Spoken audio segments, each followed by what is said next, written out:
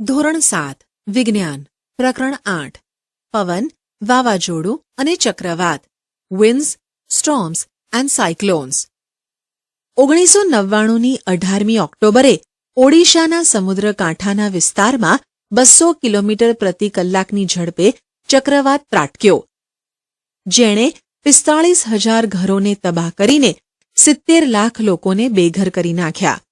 તે જ વર્ષની 29મી ઓક્ટોબરે 260 કિલોમીટર પ્રતિ કલાકની ઝડપે ફરી બીજો ચક્રવાત ફરીથી ઓડિશામાં ત્રાટક્યો, જેણે સમુદ્રના મોજાઓને 9 મીટરની ઊંચાઈ સુધી ઉછાળ્યા. તેમાં પણ હજારો લોકોએ પોતાનો જીવ ગુમાવ્યો. કરોડો રૂપિયાની માલ મિલકત નાશ પામી. ચક્રવાતે ખેતીવાડી, વાહન વ્યવહાર, દૂર સંદેશા વ્યવહાર અને વિદ્યુત પુરવઠા લઈ જતી લાઇનોને અસર કરી હતી. પણ ચક્રવાત છે શું? તે કેવી રીતે ઉદ્ભવે છે? શા માટે તે આટલો વિનાશકારી હોય છે? પ્રસ્તુત પ્રકરણમાં આપણે આવા કેટલાક પ્રશ્નોના જવાબ મેળવવા માટે પ્રયત્ન કરીશું. આપણે હવાના અનુસંધાનમાં કેટલીક પ્રવૃત્તિઓથી શરૂઆત કરીશું. આ પ્રવૃત્તિઓ વડે ચક્રવાતને લગતી કેટલીક પ્રાથમિક માહિતીઓનું સ્પષ્ટીકરણ થશે. આપણે શરૂઆત કરીએ તે પહેલાં યાદ રાખો કે ગતિશીલ હવાને પવન કહે છે. હવા દબાણ કરે છે. Air exerts pressure. પ્રવૃત્તિ 8.1 જ્યારે પ્રવૃત્તિમાં પદાર્થને ગરમ કરવાની વાત આવે ત્યારે ઘણી કાળજી રાખજો. આવી પ્રવૃત્તિઓ તમારા કુટુંબના વડીલની હાજરીમાં જ થાય તે સલાહભર્યું છે, અથવા તમારા શિક્ષકની હાજરીમાં જ પ્રવૃત્તિ કરશો. હવે પછીની પ્રવૃત્તિમાં તમને પાણીને ઉકાળવાની જરૂર પડશે. ઢાંકણા સાથેનો ટીન પતરાનો ડબ્બો લો. તેમાં અડધા ભાગ સુધી પાણી ભરો. તે પાણી ઉકળે નહીં ત્યાં સુધી ડબ્બાને મીણબત્તીની જ્યોત પર રાખો. હવે મીણબત્તીને ઓલવી નાખો. તરત જ ડબ્બાને ઢાંકણ વડે સજ્જડ બંધ કરી દો. ગરમ ડબ્બા સાથે કામ કરવામાં કાળજી રાખજો. હવે ડબ્બાને છીછરા ધાતુના પાત્ર, થાળી કે ડીશ જેવામાં અથવા વોશ બેઝિનમાં મૂકો. તેના પર તાજું ઠંડુ પાણી રેડો. ડબ્બાના આકારનું શું થાય છે? શું તમે ધારણા બાંધી શકો છો કે શા માટે ડબ્બાનો આકાર વિકૃત થઈ ગયો? જો તમને ટીનનો ડબ્બો ન મળે તો નરમ પ્લાસ્ટિકની બોટલ લો. તેમાં ગરમ પાણી ભરો અને તેને ખાલી કર્યા બાદ તરત જ તેના પર સખત રીતે ઢાંકણું બંધ કરો. આ બોટલને નળના વહેતા પાણી નીચે મૂકો. હવે તમારા કેટલાક અનુભવોને યાદ કરો. જ્યારે તમે પતંગ ચગાવો છો ત્યારે તમારી પીઠ પાછળથી આવતો પવન તમને પતંગ ચગાવવામાં મદદરૂપ થાય છે.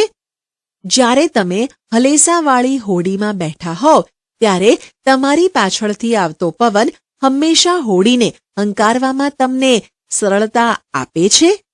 શું તમને સામેથી આવતા પવનની દિશામાં સાયકલ ચલાવવામાં મુશ્કેલી પડે છે?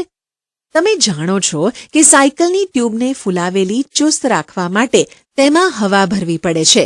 વળી તમે એ પણ જાણો છો કે જો સાયકલની ટ્યુબમાં વધુ પડતી હવા ભરાઈ જાય તો તે ફાટી જાય છે. ટ્યુબમાં રહેલી હવા શું કરતી હોય છે? સાયકલની ટ્યુબમાં રહેલી હવા તેને કેવી રીતે યોગ્ય આકારમાં રાખે છે તેની તમારા મિત્રો સાથે ચર્ચા કરો. આ બધા જ અનુભવો દર્શાવે છે કે હવા દબાણ કરે છે. ઝાડના પાંદડા, રસ્તા પર લગાડેલા કાપડના બેનર કે ધ્વજ વગેરેનું પવન આવે ત્યારે ફરકવાનું કારણ હવાનું આ દબાણ જ છે. હવા દબાણ કરે છે તે દર્શાવતા બીજા કેટલાક અનુભવોની યાદી તમે બનાવી શકશો. ચાલો હવે આપણે આ સમજવા પ્રયત્ન કરીએ કે પતરાનો ડબ્બો કે પ્લાસ્ટિકની બોટલ શા માટે વિકૃત થઈ જાય છે. જ્યારે ડબ્બા પર પાણી રેડવામાં આવે છે ત્યારે ડબ્બામાં રહેલી ગરમ પાણીની વરાળનો અમુક ભાગ પાણીમાં રૂપાંતર થઈ જાય છે, જે અંદરના ભાગમાં હવાનું પ્રમાણ ઘટાડી નાખે છે. ડબ્બાની બહારના ભાગમાં લાગતા હવાના દબાણ કરતાં ડબ્બાની અંદરના ભાગમાં હવાનું દબાણ ઘટી જાય છે, જેના કારણે ડબ્બો સંકોચાય કે દબાઈ જાય છે. આ પ્રવૃત્તિ ફરી આપણને ખાતરી કરી આપે છે કે હવા દબાણ કરે છે. પવનનો વેગ વધવાને લીધે હવાનું દબાણ ઘટે છે. High speed winds are accompanied by reduced air pressure. પ્રવૃત્તિ 8.2 એક ખાલી બોટલના મુખની સાઇઝ કરતાં નાની સાઇઝનો કાગળનો ટુકડાનો ડૂચો વાળીને નાનો દડો બનાવો. બોટલને તેની બાજુમાંથી પકડી આડી રાખો કે જેથી બોટલનું મુખ તમારી તરફ રહે. તમે બનાવેલો કાગળના ડૂચાનો દડો બોટલના મુખ પર મૂકો. હવે તેને ફૂંક મારીને બોટલમાં અંદર ધકેલવાનો પ્રયત્ન કરો. જુદી જુદી સાઇઝની બોટલો માટે પણ ઉપરોક્ત પ્રવૃત્તિનું પુનરાવર્તન કરો. તમારા મિત્રોને કાગળના દડાને બોટલની અંદર ફૂંક મારીને નાખી દેવા માટે પડકારો. પહેલી અને બૂજો નીચેના પ્રશ્નોનો વિચાર કરવા લાગ્યા. બોટલમાં કાગળના દડાને અંદર નાખવા માટે મુશ્કેલી કેમ પડે છે? પ્રવૃત્તિ 8.3 ફુગ્ગાઓ પર ફૂંક મારવી. લગભગ સમાન કદના 2 ફુગ્ગા લો. બંનેમાં થોડું પાણી ભરો. હવે બંને ફુગ્ગાને લગભગ સમાન કદમાં ફૂલાવીને તે દરેકની સાથે દોરી બાંધો. હવે લાકડી કે સાયકલના સ્પોક સાયકલના પૈડાના સળિયા પર બંને ફુગ્ગાને એવી રીતે બાંધો જેથી તેમની વચ્ચે આશરે 8 થી 10 સેન્ટીમીટરનું અંતર રહે. હવે બંને ફુગ્ગાની વચ્ચેના ભાગમાં ફૂંક મારો. તમે શું અપેક્ષા રાખી હતી? શું થયું? હવે ફુગ્ગા પર જુદી જુદી રીતે ફૂંક મારીને જુઓ કે શું થાય છે. પ્રવૃત્તિ 8.4 શું તમે ફૂંક મારીને ઊંચે ઉઠાવી શકો છો? 20 સેન્ટીમીટર લાંબી અને 3 સેન્ટીમીટર પહોળી કાગળની પટ્ટી લો. તેને આકૃતિ 8.5માં દર્શાવ્યા પ્રમાણે તમારા હાથના અંગૂઠા તથા પહેલી આંગળી વચ્ચે પકડો. હવે કાગળની પટ્ટીની ઉપરના ભાગમાં ફૂંક મારો. પહેલીએ વિચાર્યું કે પટ્ટી ઉપર ઉચકાઈ જશે. બૂજોએ વિચાર્યું કે પટ્ટી નીચે તરફ વળી જશે. કાગળની પટ્ટીનું શું થશે તે માટે તમે શું વિચારો છો? ચાલો પ્રવૃત્તિ 8.2, 8.3 અને 8.4ના અવલોકનોને સમજવા પ્રયત્ન કરીએ. શું તમારા અવલોકનો તમારી અપેક્ષાને અનુરૂપ છે? એટલે કે તમે વિચાર્યું હતું તેવા જ છે? શું તમને એવો અનુભવ થયો કે હવાની ઝડપ વધવાથી તેનું દબાણ ઘટી જાય છે? જ્યારે આપણે બોટલના મોઢા પર ફૂંક મારીએ છીએ ત્યારે બોટલના મોઢા આગળ હવાની ઝડપ વધારે હોય છે, જે તે સ્થાને હવાનું દબાણ ઘટાડે છે. બોટલની અંદરના ભાગમાં તેના મોઢામાં ભાગ કરતાં હવાનું દબાણ વધારે હોય છે. બોટલમાંની હવા કાગળના દડાને બહાર ધકેલે છે. પ્રવૃત્તિ 8.3માં તમે જોયું કે જ્યારે તમે બંને ફુગ્ગાની વચ્ચેના ભાગમાં ફૂંક મારો છો ત્યારે તે એકબીજા તરફ ગતિ કરે છે. આવું કેવી રીતે બન્યું? આવું એટલા માટે બન્યું કે ફુગ્ગાની વચ્ચેના ભાગની હવાનું દબાણ કોઈ રીતે ઘટી ગયું. ફુગ્ગાની બહારના દબાણને લીધે ફુગ્ગાઓ એકબીજા તરફ ધકેલાય છે. પ્રવૃત્તિ 8.4માં તમે જોયું કે જ્યારે તમે કાગળની પટ્ટી પર ફૂંક મારો છો ત્યારે પટ્ટી ઊંચી થાય છે. ફરીથી આવું એટલા માટે બન્યું કે કાગળની પટ્ટી પર ફૂંક મારતા પટ્ટી પરના દબાણમાં ઘટાડો થયો. આપણે જોયું કે પવનની ઝડપ વધતા તે સ્થાને હવાના દબાણમાં ઘટાડો થાય છે. તમે કલ્પના કરી શકો છો કે જ્યારે ઘરના છાપરા પરથી ખૂબ જ વધુ ઝડપે પવન ફૂંકાય ત્યારે શું થતું હોય છે? જો છાપરું મકાનની દિવાલ સાથે નબળી રીતે જોડાયેલું હોય તો તે ઊંચું થઈને ઉડી જાય છે. જો તમારી પાસે આવો કોઈ અનુભવ હોય તો તેને તમારા મિત્રો સાથે વહેંચો. તો ચાલો આપણે જોઈએ કે પવન કેવી રીતે ઉત્પન્ન થાય છે, તે કેવી રીતે વરસાદ લાવે છે અને તે કેવી રીતે ઘણીવાર વિનાશકારી બને છે. તમે જાણો છો કે જ્યારે હવા ગતિમાં આવે છે ત્યારે તેને પવન કહે છે. હવા હંમેશા વધુ દબાણવાળા વિસ્તારથી ઓછા દબાણવાળા વિસ્તાર તરફ ગતિ કરે છે. જેમ દબાણનો તફાવત વધુ તેમ હવાની ઝડપ વધુ. પરંતુ કુદરતમાં દબાણનો તફાવત કેવી રીતે ઉત્પન્ન થતો હોય છે? શું તાપમાનમાં થતા ફેરફારનો તેમાં ફાળો છે? નીચેની પ્રવૃત્તિ તમને આ સમજવા માટે મદદરૂપ થશે. ગરમ થવાથી હવાનું કદ વધે છે. Air expands on heating. પ્રવૃત્તિ 8.5 એક કસનળી લો. તેના મોઢા પર રબરના ફુગ્ગાને સહેજ ખેંચીને સખતપણે બાંધી દો. તેને બરોબર ફિટ રાખવા માટે તમે ટેપનો પણ ઉપયોગ કરી શકો છો. હવે બીકરમાં ગરમ પાણી ભરો. તેમાં ફુગ્ગાવાળી કસનળીને મૂકો. 2 કે 3 મિનિટ સુધી અવલોકન કરો કે ફુગ્ગાના આકારમાં કોઈ ફેરફાર થાય છે. કસનળીને બહાર કાઢી લો. તેને ઓરડાના તાપમાને ઠંડી પડવા દો. હવે બીજા બીકરમાં ઠંડુ બરફનું પાણી લઈને તેમાં ફુગ્ગાવાળી કસનળીને 2 કે 3 મિનિટ સુધી મૂકી રાખો. ફુગ્ગાના આકારમાં થતા ફેરફારનું અવલોકન કરો. વિચારીને નીચેના પ્રશ્નોના જવાબ આપવા પ્રયત્ન કરો. જ્યારે ગરમ પાણીમાં કસનળીને મૂકવામાં આવે છે ત્યારે ફુગ્ગો કેમ ફૂલે છે? તે જ ફુગ્ગો કસનળીને ઠંડા પાણીમાં ગોઠવતા શા માટે સંકોચાઈ જાય છે? પ્રથમ અવલોકન પરથી આપણે એવો નિષ્કર્ષ તારવી શકીએ કે ગરમ થવાથી હવા ફૂલે છે. પ્રસરણ થાય છે. હવે તમે કહી શકો ખરા કે કસનળીને ઠંડી પાડવામાં આવે છે ત્યારે તેમાંથી હવાનું શું થાય છે? હવે પછીની રસપ્રદ પ્રવૃત્તિ વડે તમે ગરમ હવા વિશે વધુ સમજ મેળવી શકશો.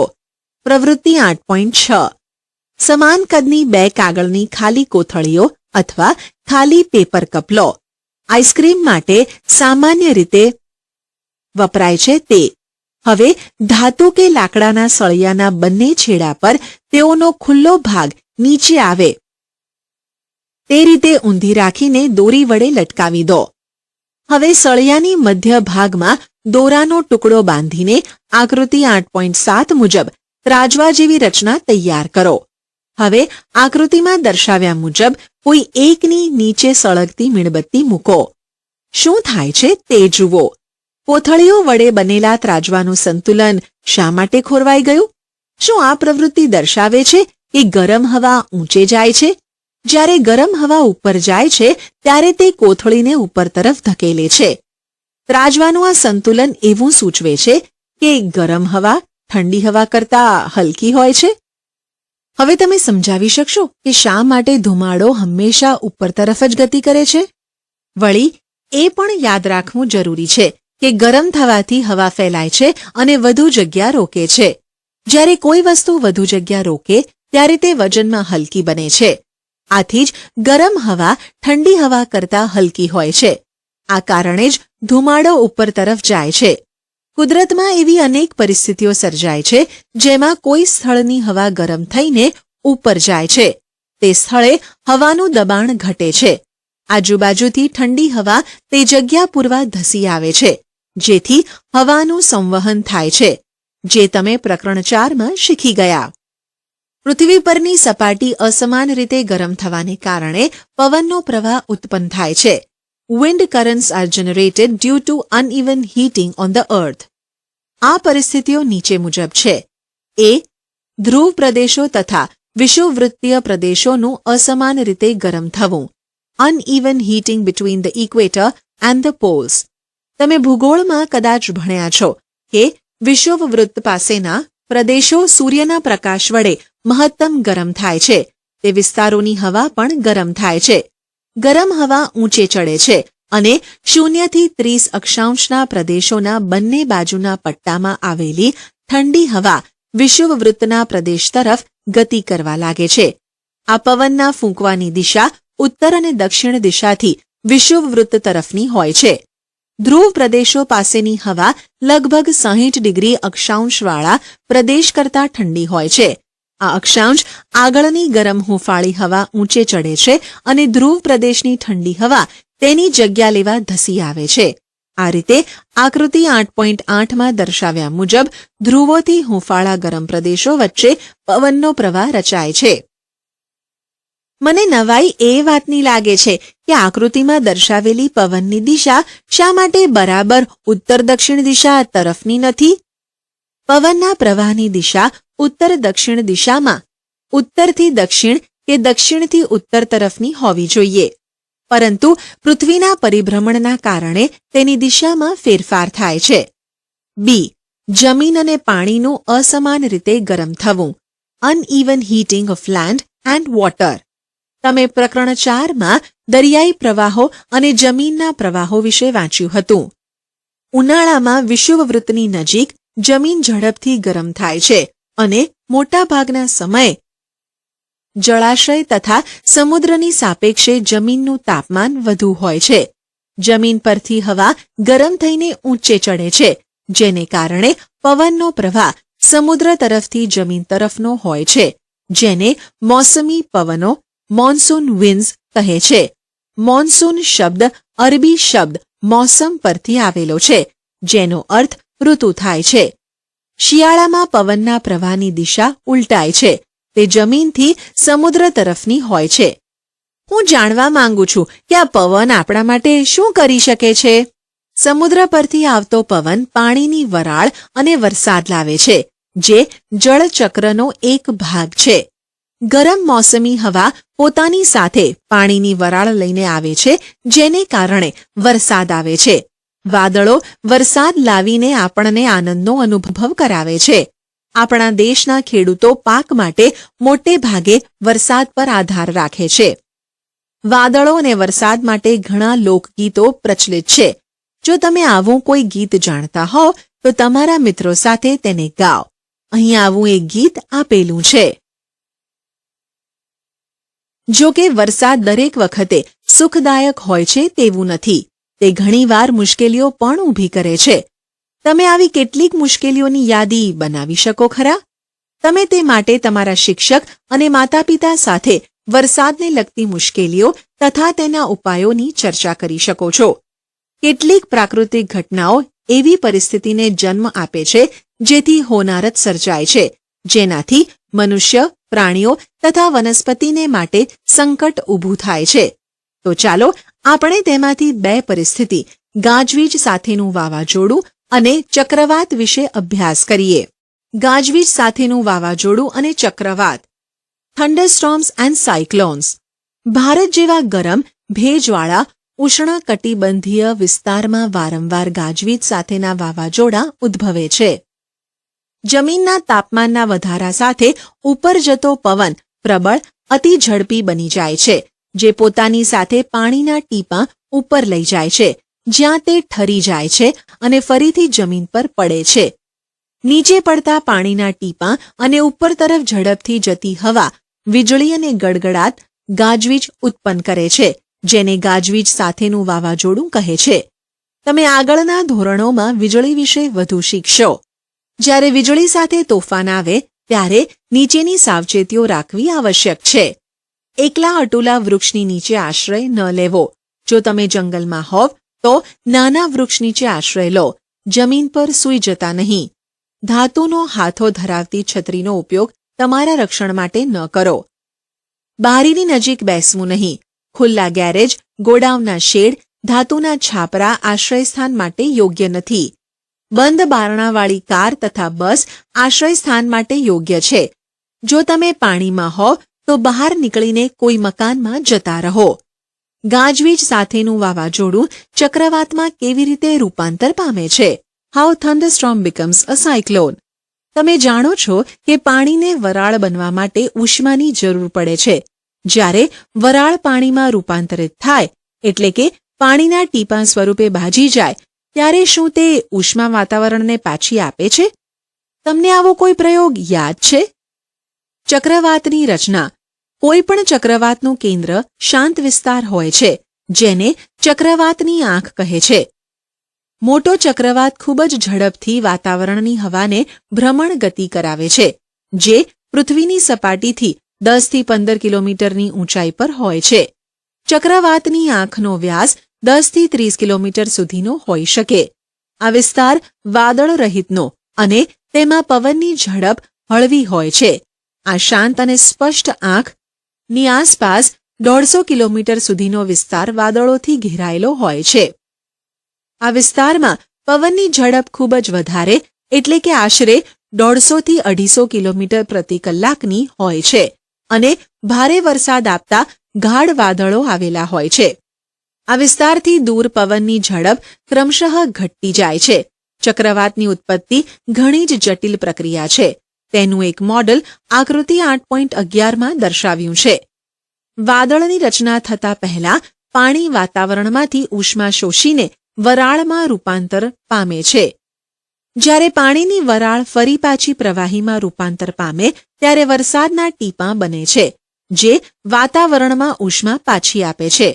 વાતાવરણમાં છોડાતી આ ઉષ્મા તેની આસપાસની હવાને ગરમ બનાવે છે. આ હવા ઉપર જાય છે, જેના કારણે દબાણ ઘટે છે.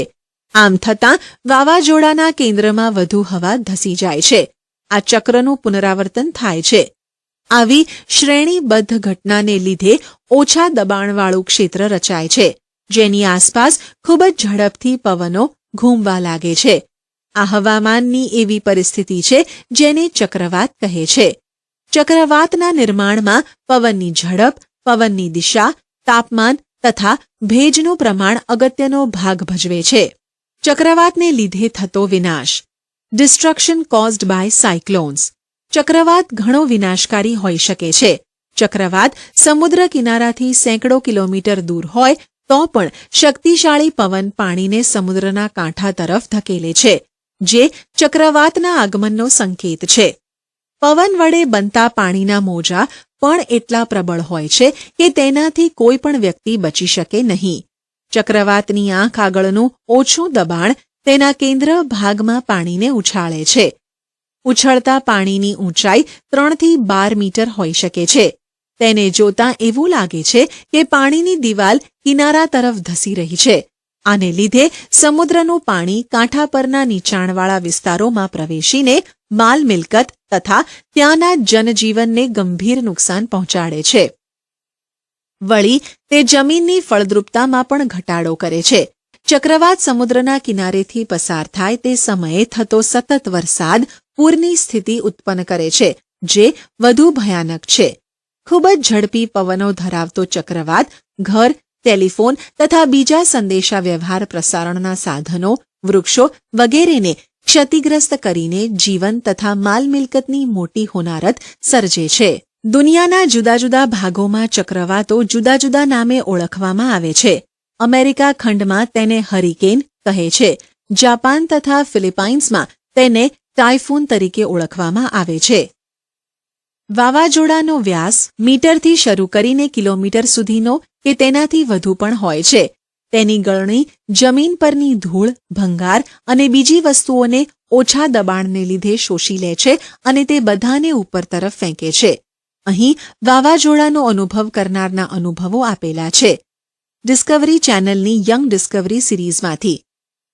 મેં વાદળને આવીને ઘરના છાપરાને આવરી લેતું જોયું. હું જ્યારે બારણાના હેન્ડલ પાસે હજુ પહોંચ્યો ત્યાં તો ઘર આકાશમાં ફંગોળાઈ ગયું. સદભાગ્યે મને કોઈ જ ઈજા ન થઈ. વાવાઝોડું પસાર થયા બાદ અમે ભંગાર સાફ કરવા લાગ્યા ત્યારે તૂટેલા પાટિયા અને વૃક્ષની ડાળીઓ, પીંછા વગરના મરેલા મરઘીના બચ્ચાને ચામડી ઉખડી ગયેલા સસલાને પણ જોયા. વાવાઝોડાથી બચવા માટેનો ઓરડો જમીનમાં ઊંડે હોય છે, જેને બારી હોતી નથી, અથવા બારીઓ બંધ કરીને ટેબલની નીચે જતા રહેવું સલાહભર્યું છે, જ્યાં ભંગાર પહોંચી શકે નહીં. આપણે ઘૂંટણથી વાંકા વળીને આપણા ગળા તથા માથાની આસપાસ હાથને વીંટાળીને માથાને બચાવવું જોઈએ. વંટોળ, ટોર્નેડોઝ. આપણા દેશમાં વંટોળ બહુ જ ઓછા જોવા મળે છે. વંટોળ એટલે ગરણી આકારનું કાળું વાદળ જે આકાશથી જમીનની સપાટી પર પહોંચે છે. મોટા ભાગના વંટોળ નબળા હોય છે, પરંતુ વિનાશકારક વંટોળની ગતિ લગભગ 300 કિલોમીટર પ્રતિ કલાક જેટલી હોઈ શકે છે. ચક્રવાતની અંદરના ભાગમાં પણ વંટોળ રચાઈ શકે છે. ભારતનો સમગ્ર દરિયાકાંઠો ચક્રવાત માટે સંવેદનશીલ છે, મુખ્યત્વે પૂર્વ કાંઠો. જો કે પશ્ચિમનો દરિયાકાંઠો ચક્રવાતની પ્રબળતા અને તેની આવૃત્તિ માટે ઓછો સંવેદનશીલ છે. સુરક્ષાના અસરકારક પગલાં, ઇફેક્ટિવ સેફટી મેઝર. ચક્રવાતની આગાહી અને અગમચેતીની વ્યવસ્થા. સરકારી સંસ્થાઓ, દરિયાકાંઠાના વિસ્તારો, માછલી પકડનાર માછીમારો, બંદરો, વહાણો અને સામાન્ય લોકોને ચેતવણી આપતો ત્વરિત સંદેશાવ્યવહાર. ચક્રવાતના સંભવિત ક્ષેત્રોમાં ચક્રવાતથી બચવાના આશ્રયસ્થાનો અને લોકોને ઝડપથી સુરક્ષાત્મક રીતે તે સ્થાનો પર પહોંચાડવાની સરકારી વ્યવસ્થા. લોકો દ્વારા કરવાના કાર્યો. આપણે હવામાન વિભાગ વડે દૂરદર્શન, રેડિયો અથવા દૈનિક સમાચારપત્રો જેવા માધ્યમો વડે થતી ચેતવણીની જાહેરાતોને નકારવી જોઈએ નહીં. આપણે અનિવાર્ય ઘરેલું સામાન, પાળતુ જાનવરો અને વાહનો વગેરેને સુરક્ષિત સ્થાને પહોંચાડવા માટે જરૂરી પ્રબંધ કરવો જોઈએ. પાણીમાં ડૂબેલી સડક પર વાહન ચલાવવા ન જોઈએ, કારણ કે પૂરથી સડક તૂટી ગયેલી હોઈ શકે છે. બધી જ કટોકટી માટેની સેવાઓ જેવી કે પોલીસ, ફાયર બ્રિગેડ અને મેડિકલ સેન્ટરના ફોન નંબરની માહિતી આપણી પાસે રાખવી જોઈએ. આપણે શીખ્યા કે વાવાઝોડું ઓછા દબાણની ઘટના છે. વાવાઝોડાની બનાવટમાં પવનની ઝડપ અગત્યનો ભાગ ભજવે છે. તેથી પવનની ઝડપ માપવી ખૂબ જ અગત્યની છે. જે સાધન પવનની ઝડપ કે વેગ માપે છે તેને એનેમોમીટર કહે છે. જો તમે ચક્રવાતવાળા વિસ્તારમાં રહેતા હો તો રાખવાની કેટલીક વધારાની સાવધાની. દૂષિત થયેલ પાણીનો વપરાશ કરશો નહીં. કટોકટી માટે પીવાના પાણીનો સંગ્રહ કરવો. ભીના થયેલા ઇલેક્ટ્રિકના સ્વિચબોર્ડ તેમજ નીચે પડેલા વીજના તારનો સ્પર્શ કરવો નહીં. માત્ર ફરવાના બહાને પૂરના સ્થળો તેમજ ચક્રવાતના સ્થળોએ જવું નહીં.